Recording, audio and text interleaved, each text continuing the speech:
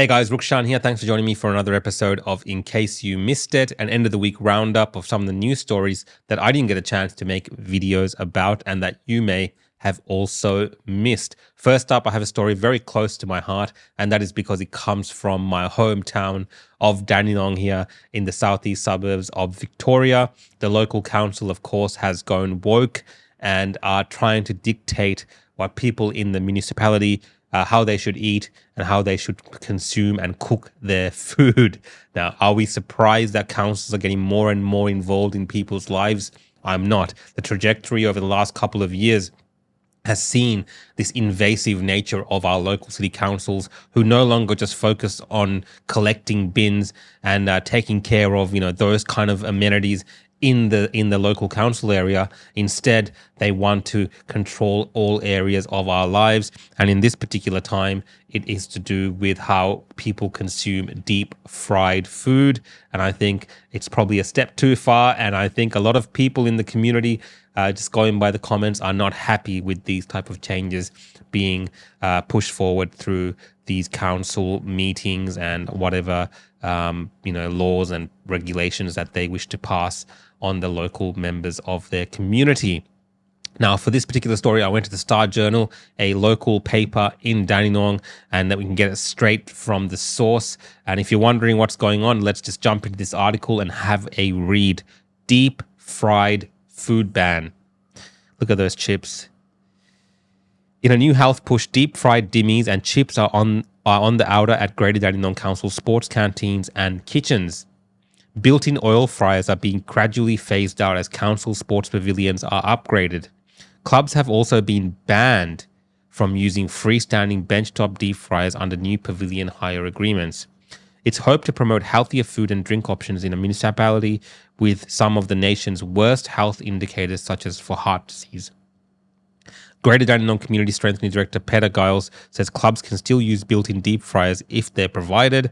However, freestanding benchtop deep fryers pose a safety risk to our community as they do not come with required exhaust fans nor grease traps, so cannot be used.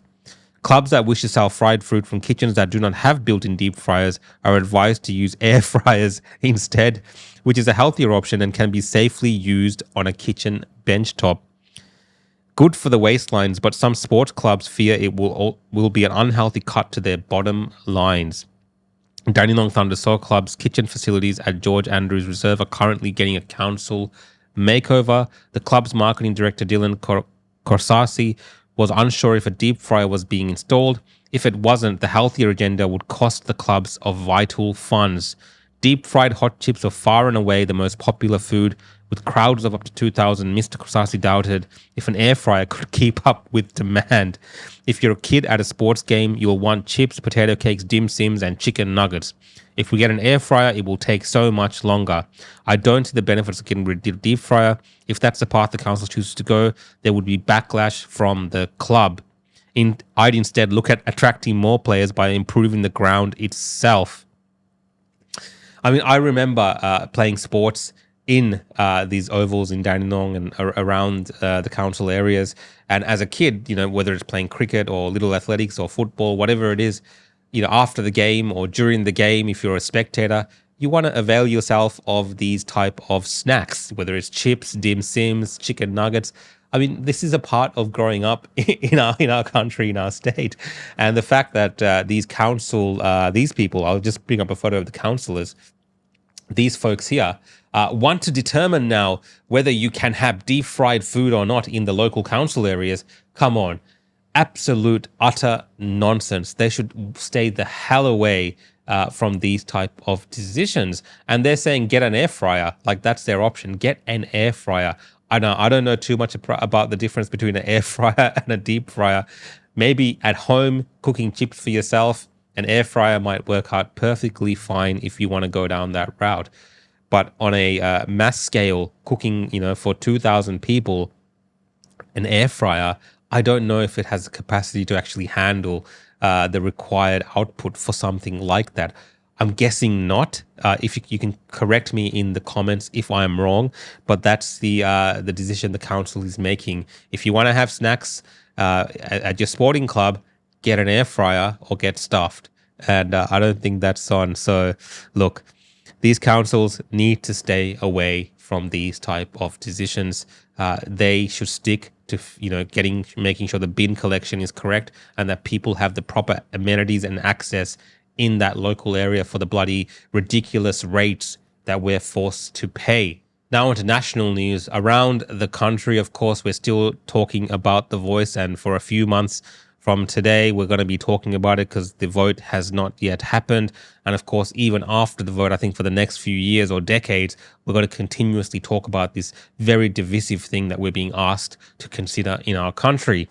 Now, as it turns out, the Voice Yes campaign isn't going well. But how poor do the polls need to be before the PM considers calling it off? An article by Paul Karp in The Guardian. Around the country, support for the Yes campaign continues to collapse.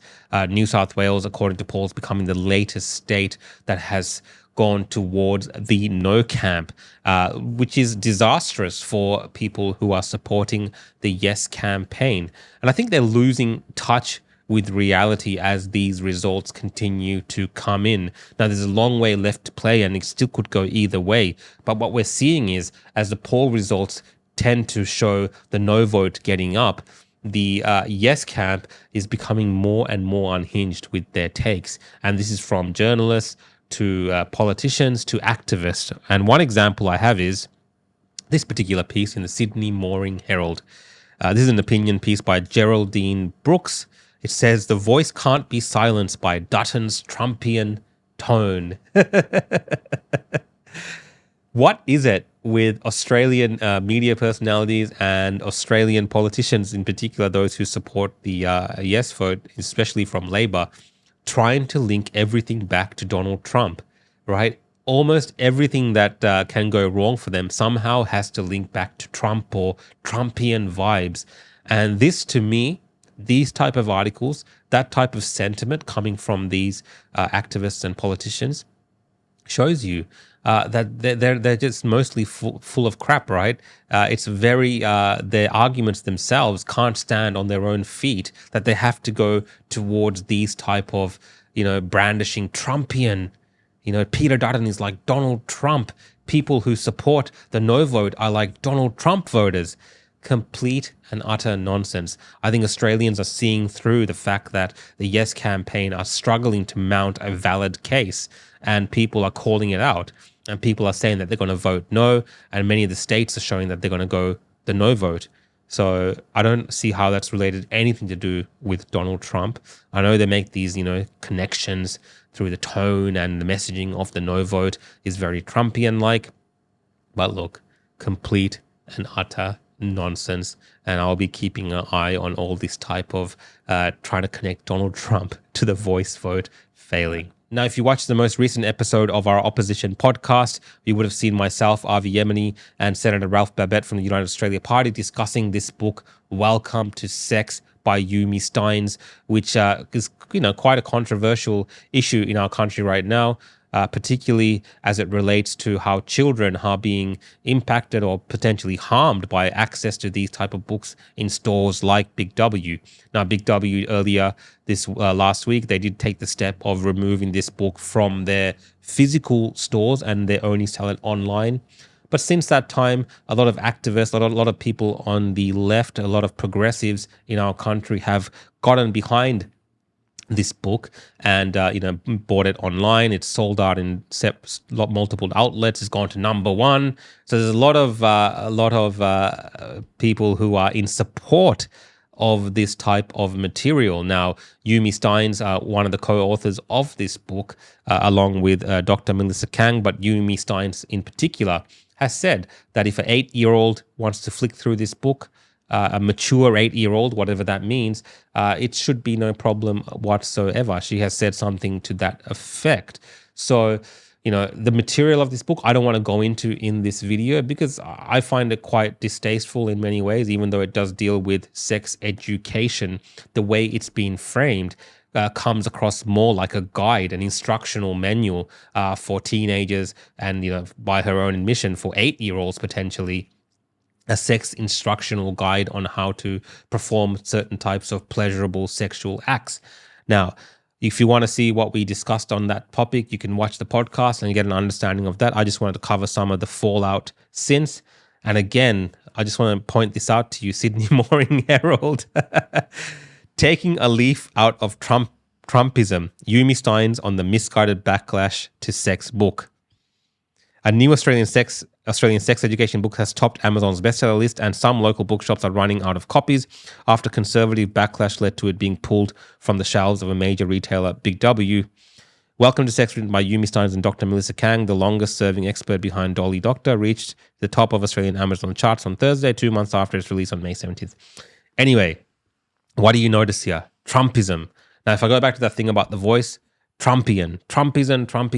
Any time that any reasonable person questions any of these things that are being put out by, I would say, these progressives, usually far left style people, they will say, oh, you're being like Trumpian, it's Trumpism. It's not a normal view that parents in Australia have, for instance. Like Yumi Steins has gone on TV since and called the original person who's a parent, also a podcaster, but a parent, who called this whole thing out in Big W stores. She has called him an extremist for having called out her book.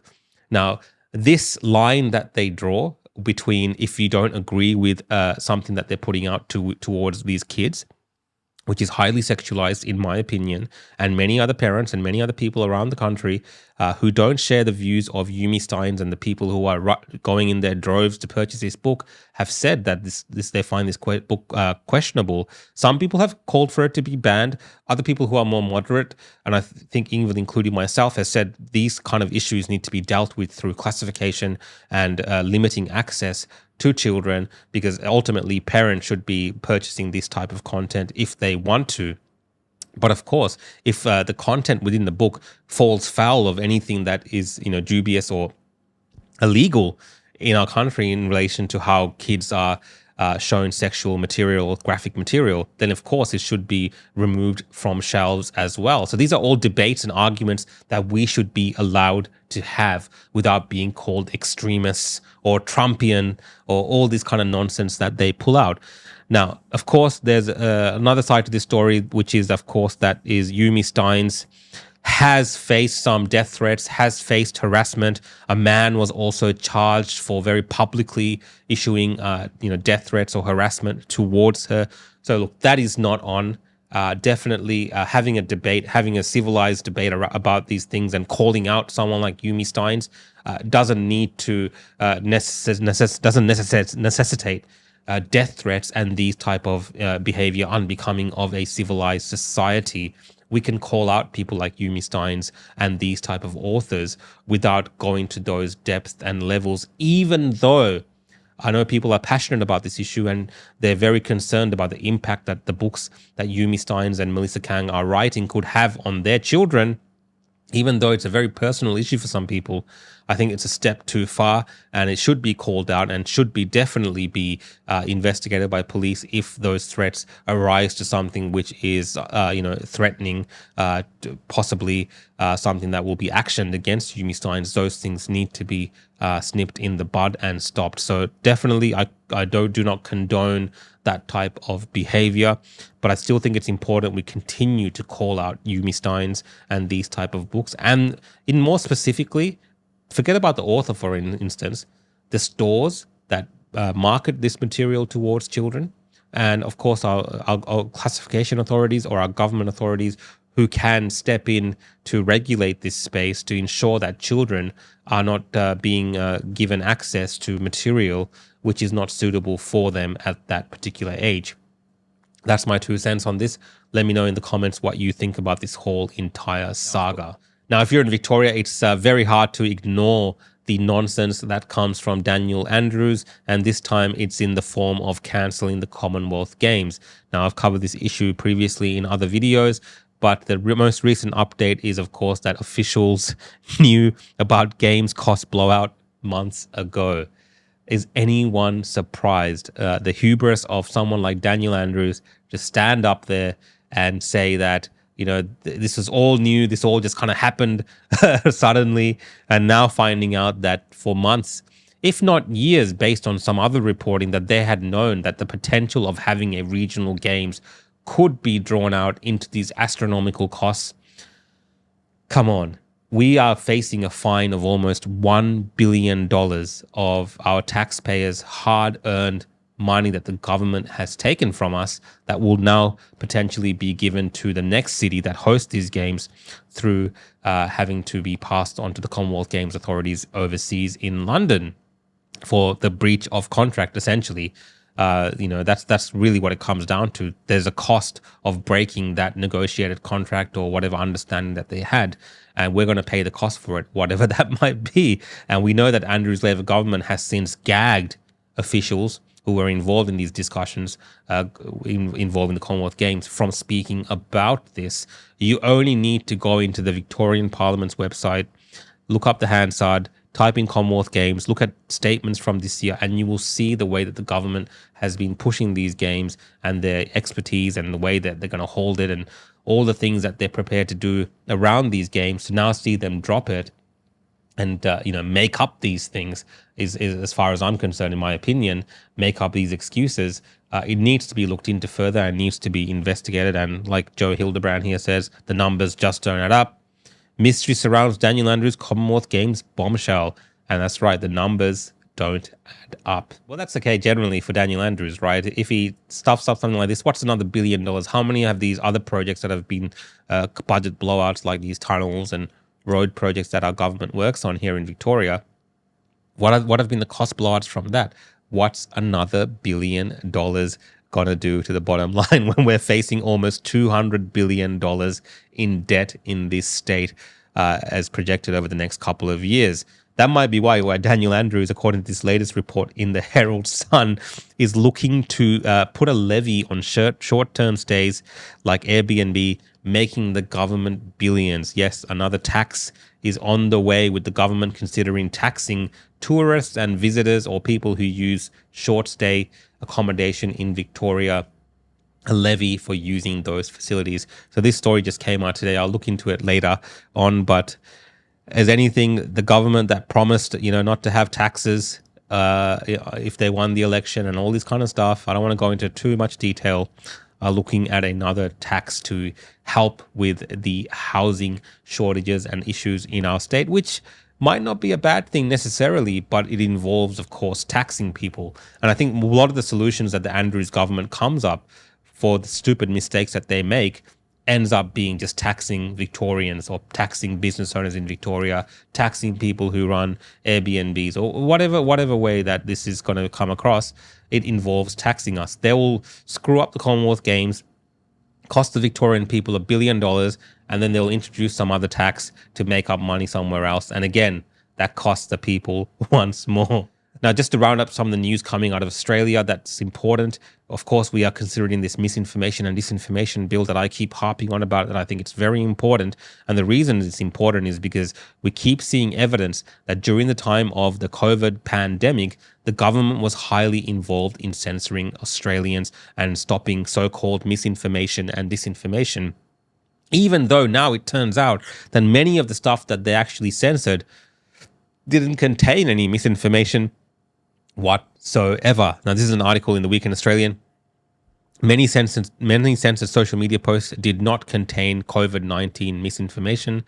So they've done a deep dive into the 4,000 or so requests that the Australian government made to companies like Facebook, to companies like Twitter, to companies like Instagram, related to posts that Australians were putting up.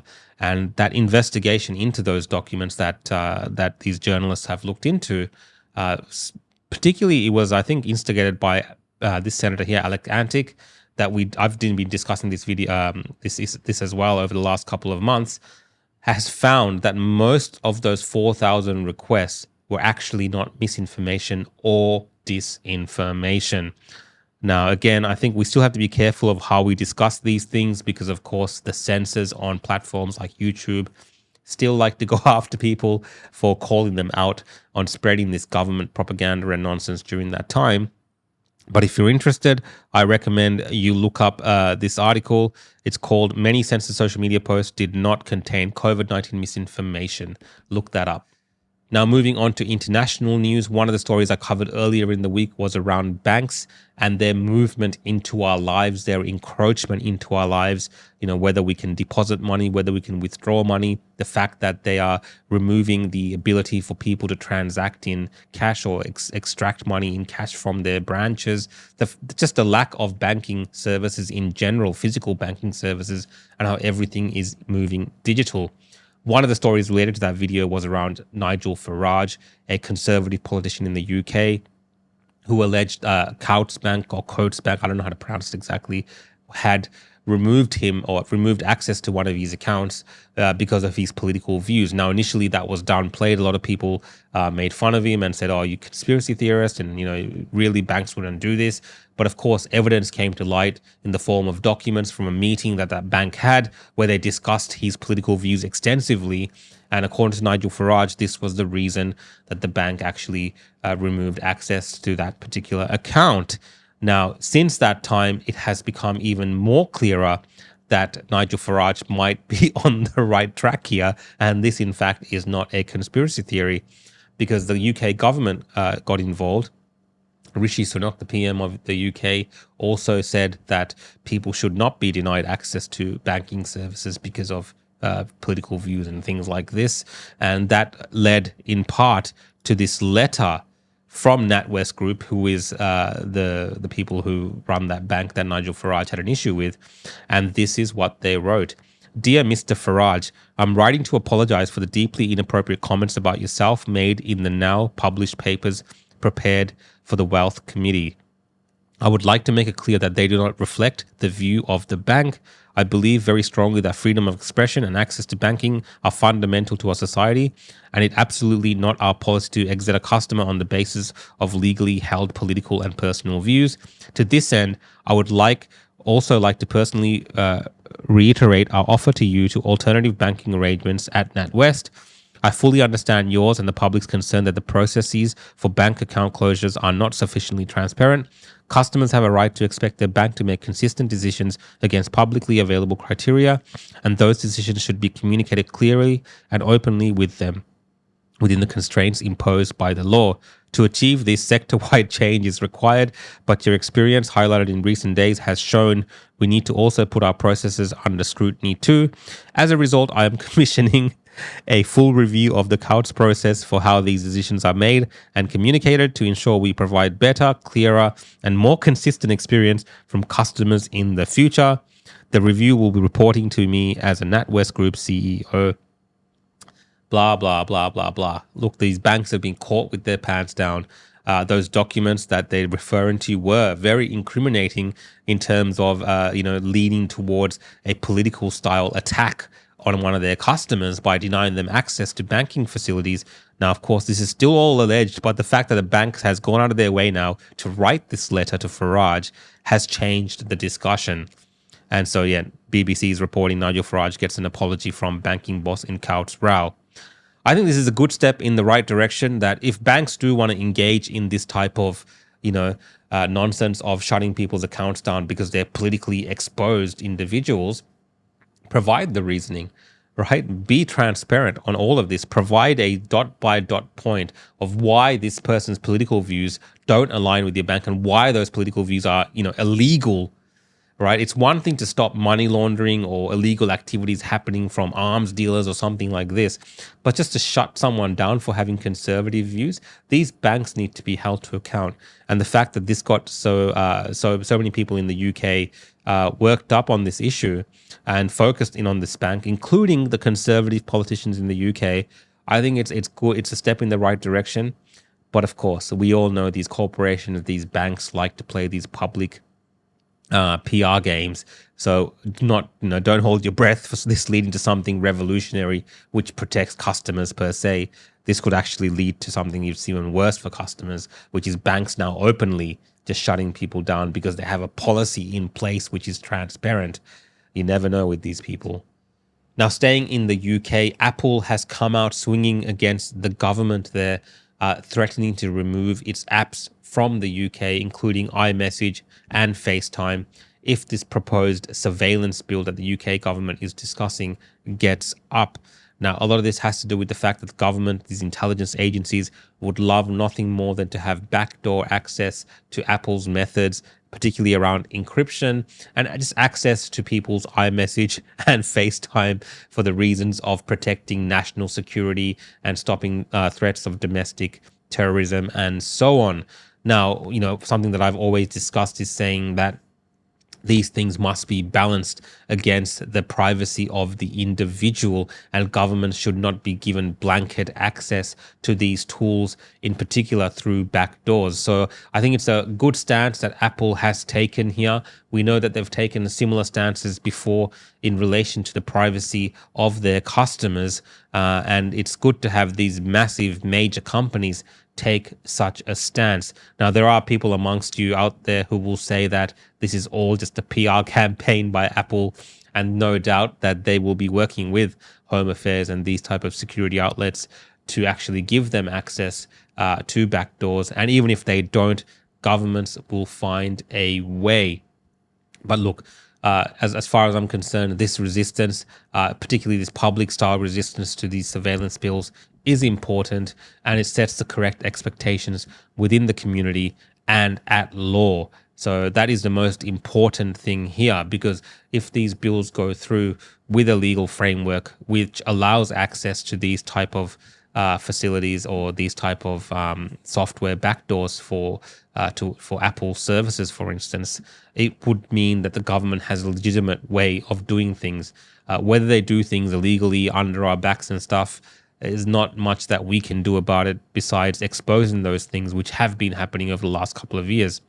But if they make it legal, then 100% the government will abuse those tools, and they won't just use it for domestic terrorists or national security threats. They will go after people to stop misinformation and disinformation and all sorts of other nonsense the government comes up with. Now, one issue that is hot right now, literally hot, the hottest records of all time, and that, of course, is climate change. If you've been watching any of the news media or any newspaper recently, you would be hearing about these records which are being set every single day, mostly in Europe and parts of North America, relating to heat. Climate records tumble, leaving Earth in uncharted territory, scientists. A series of climate records on temperature, ocean heat, and Antarctic sea ice have alarmed some scientists who say their speed and timing is unprecedented. Dangerous heat waves in Europe could break further records, the UN says.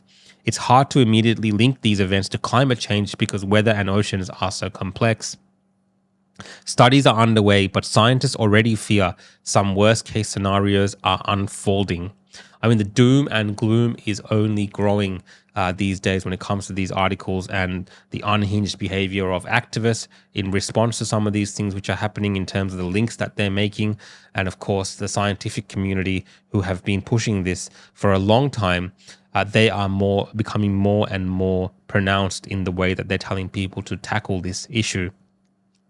I'm not aware of a similar period when all parts of the climate system were in record-breaking or abnormal territory. Thomas Smith, an environmental geographer at London School of Economics, says the Earth is in uncharted territory. I want to just repeat that word, uncharted territory. Now, due to global warming from burning fossil fuels, as well as heat from the first El Nino, a warming natural weather system since 2018, says Imperial College of London climate scientist lecturer Dr. Paul Seppi.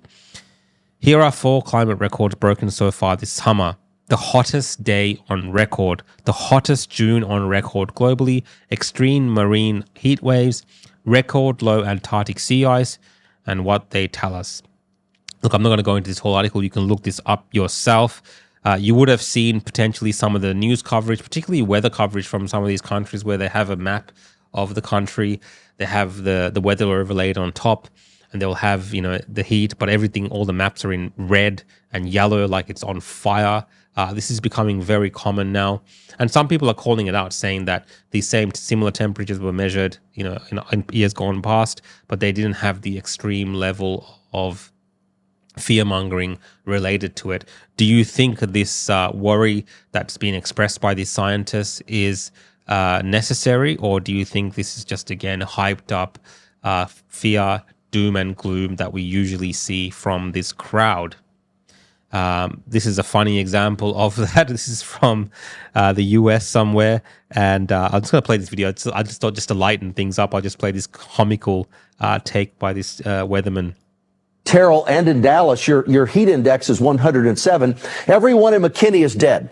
The temperature, the heat index right now in McKinney is 10,000. What is that? 101,105. It's hot in McKinney. Terrell, and in Dallas. It's a bit of a glitch there, but just goes to show you, I found it pretty funny. I wanted to share that with you guys. Of course, the solution to this, we're seeing a lot of articles which are expressed to be solutions to some of these problems. Not directly, but of course, it's all tied together. Eating less meat, like taking 8 million cars off the road. So there's the culprit there, meat. Let's have a look at what this article says. Having big UK meat eaters cut some of it out of their diet would be like taking 8 million cars off the road.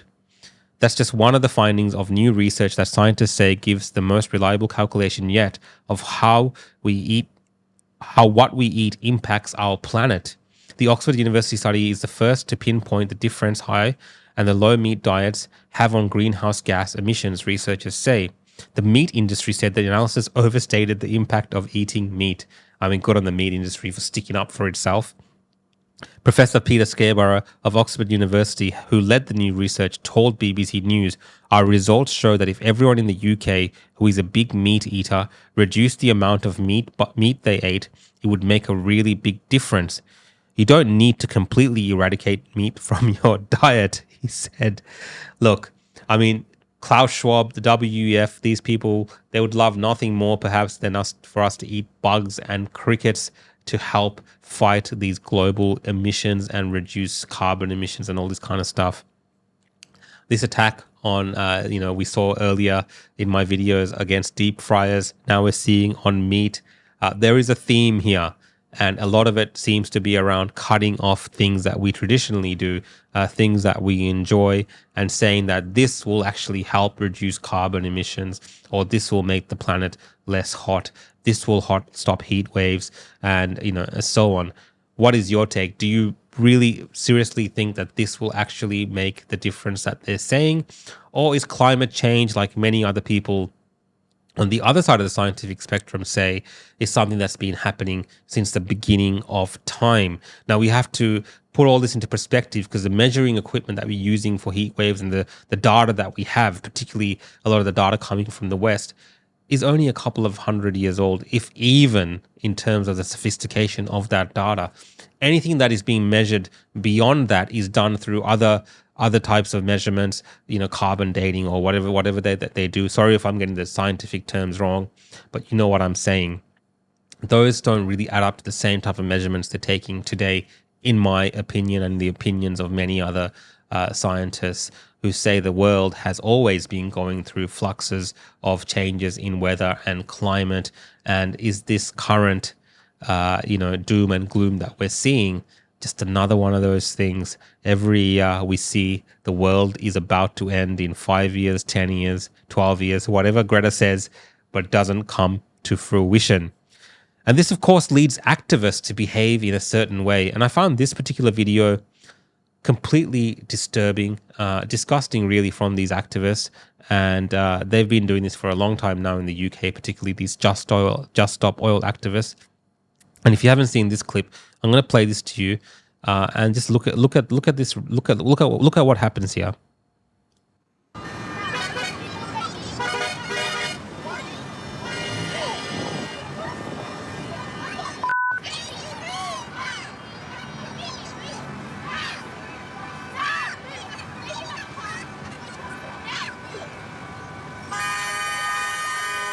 Now, if you can't hear what she's saying, move now. I've got a baby in this car and I'm taking that baby to the hospital. You have to move. Now, that could be a life-threatening emergency for that child that's being taken to the hospital. But these Just Stop Oil protesters who have been slow walking in front of traffic to inconvenience the rest of the citizens in that, town or state, who cares, country. They do this to inconvenience them, to make them aware of the issues around fossil fuels and oil and all this kind of stuff. But here they're putting this particular child potentially in a threat of losing their life. Crazy stuff. Let's keep watching.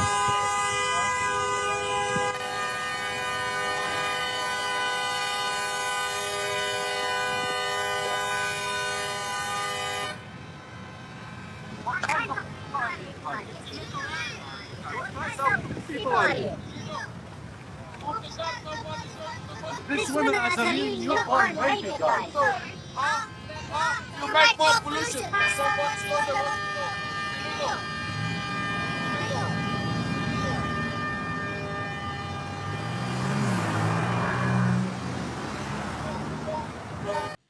And yeah, I love the ethnics trying to give these protesters some common sense about someone trying to get to the hospital. And he's also saying that other bloke was saying you're making more pollution by doing this. Of course, man, I don't know. But of course, if you dispute any of this stuff and bring up any of these things which are happening around the world, you might be called a conspiracy theorist. That's right. How climate lockdowns became the new battleground for conspiracy-driven protest movement. Protesters radicalized by their opposition to COVID-19 lockdowns have a new target: anti-traffic measures. Now, I'm not going to go too much into detail of that, but you can see where these arguments and these debates are heading. If you start questioning some of the stuff that's being put out there around climate change and around the measures that people like in governments or activists are trying to push through, you will be called a conspiracy theorist. So I think a lot of what's going to happen in the future is a foregone conclusion unless we stand up to this stuff, unless there's proper scientific debate from both sides are allowed, and unless, of course, the media, just like with COVID, gets their way and gets to shove this narrative down our throats without actually being opposed, we are going to see ourselves in terms of this debate on the losing side, and reasonable measures are going to go out the window, and we're going to end up with very extreme measures to tackle this issue that we're facing. And that's just going to be the way it is. We're going to be able to do nothing about it unless, of course, you want to be called a conspiracy theorist. About a week and a half ago, you may have seen that Miss Netherlands was crowned in that country. And this continues a trend that we're seeing in many parts of the world when it comes to these type of pageants, where transgender women are either winning or having podium finishes in these competitions. Now, this particular article from the BBC covers this. It says, Miss Netherlands transgender model broke boundaries with beauty pageant win. There they are. It's the first time in the Dutch pageant's 94-year history that a trans woman has been crowned winner. It means the 22-year-old will be the second openly trans competitor to take part in Miss Universe in December this year. She's been speaking to BBC News about beauty, backlash, and breaking boundaries. From the moment her name was called as the winner, Ricky says she simply couldn't believe it. I wonder why she couldn't believe it.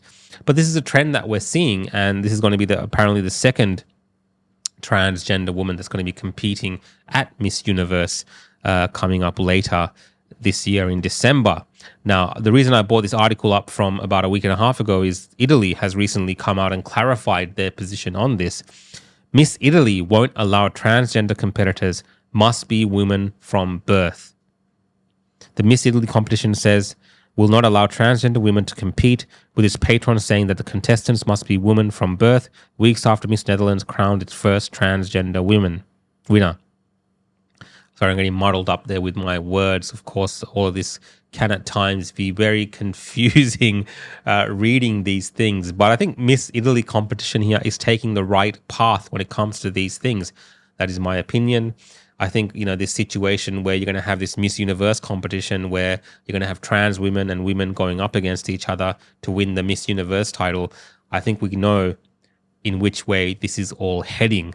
The trajectory of our current world, and particularly around virtue signaling on issues like this. This has become almost a selling point for these type of pageants, where it's almost like if a transgender woman wins one of these, it's good for them, for their ratings. It boosts the discussion that people are having. The fact that these videos are being made, it's almost unavoidable. So I don't know if they're playing into that, or they're really leveling the playing field by allowing transgender women to compete against biological women for such a title as Miss Universe.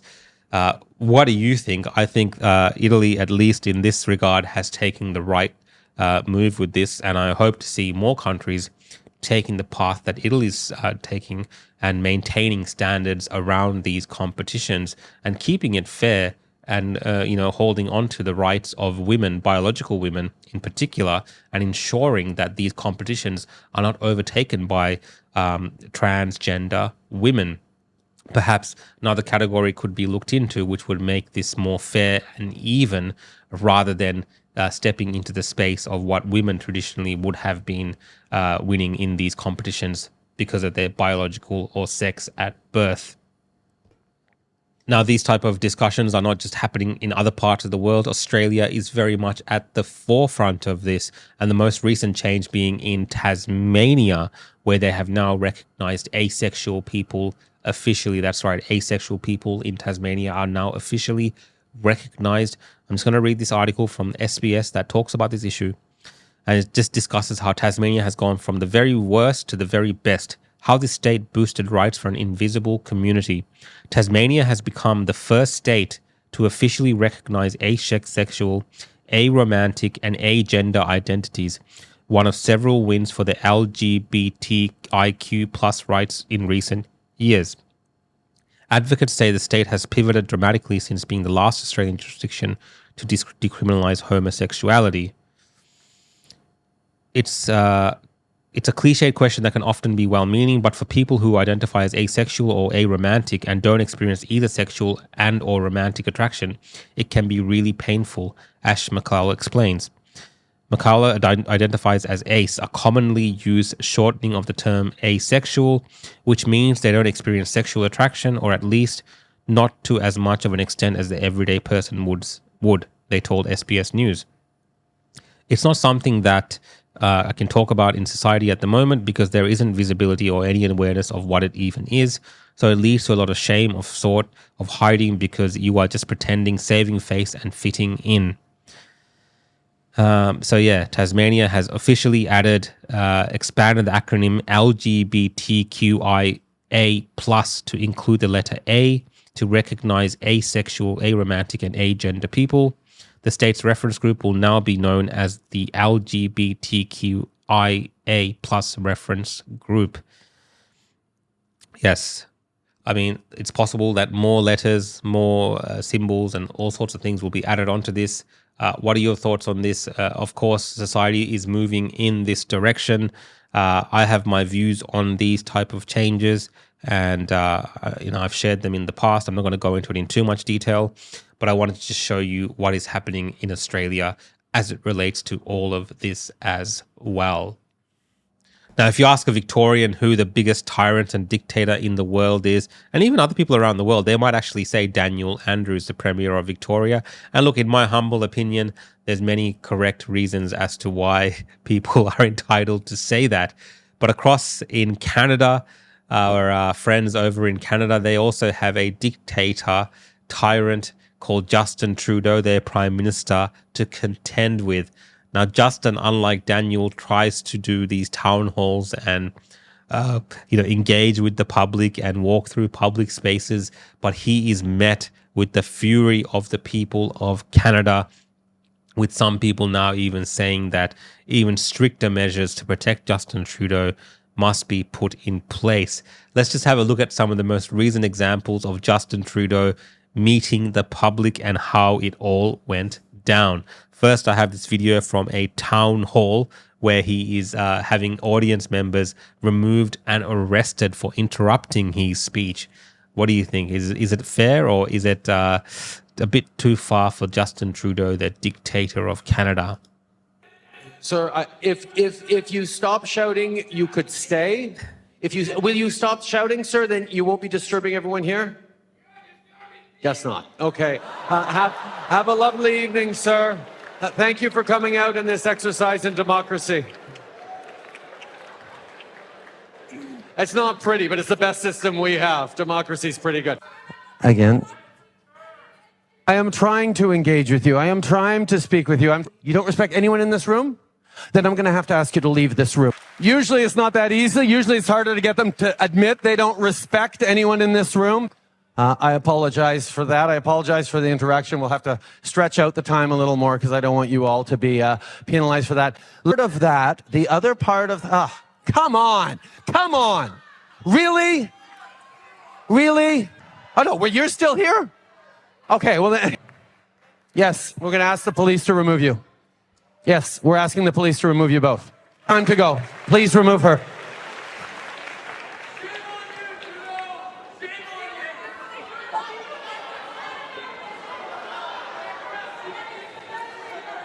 Winston Churchill pointed out that democracy is messy.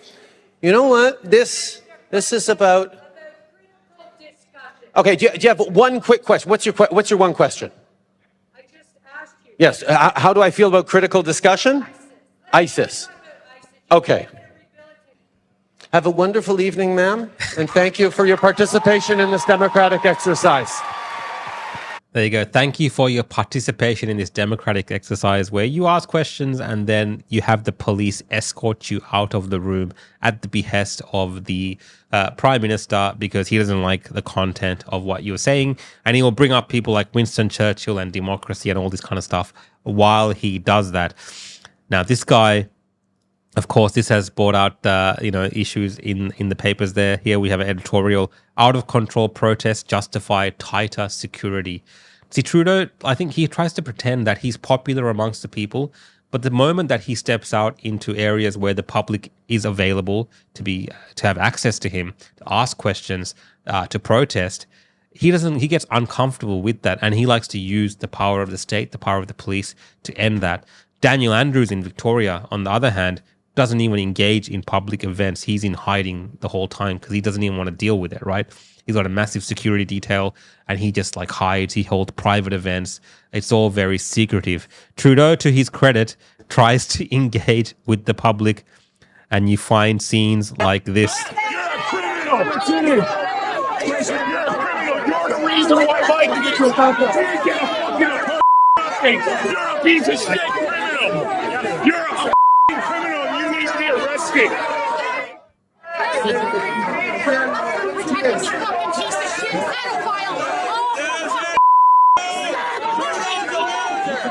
You just did. You just...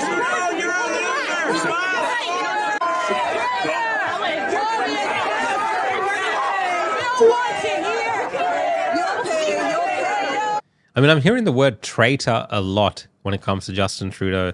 Is it justified? Is it justified? Now, I'm not calling for acts of violence against politicians or, invading their personal space and all this kind of thing.